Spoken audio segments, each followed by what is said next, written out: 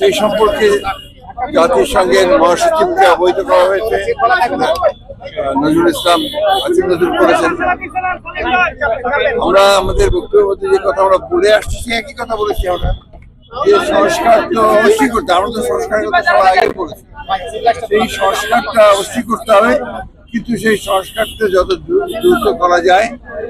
আমরা যেটা বলেছি, আমরা মূলত যে নির্বাচন কেন্দ্রিক যে বিষয়গুলো আছে সেগুলো করে ফেলা এবং তার দ্রুত ইলেকশন করা এবং একটি পার্লামেন্টের মাধ্যমে বাকি বিষয়গুলোকে আপনার চলমান প্রক্রিয়া সেই বিষয়গুলো আমরা বলে এসেছি।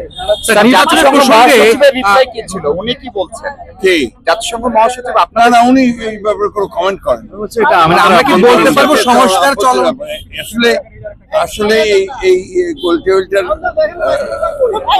আমি ঠিক বুঝিনি আর কারা আয়োজন, মানে কিভাবে আপনাদের সঙ্গে সংস্কার কমিটির লোকগুলো ছিল, একই সাথে বৈঠক সংস্কার কমিশন যার প্রধান তারা ছিলেন।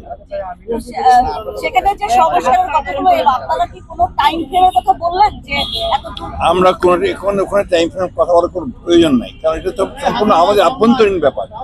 আমরা সংস্কার কমিশনের সঙ্গে আমরা কথা বলছি, তাদের সঙ্গে আমাদের যোগাযোগ আছে এবং তারা যা চাচ্ছে আমরা সব তাদেরকে দিয়েছি।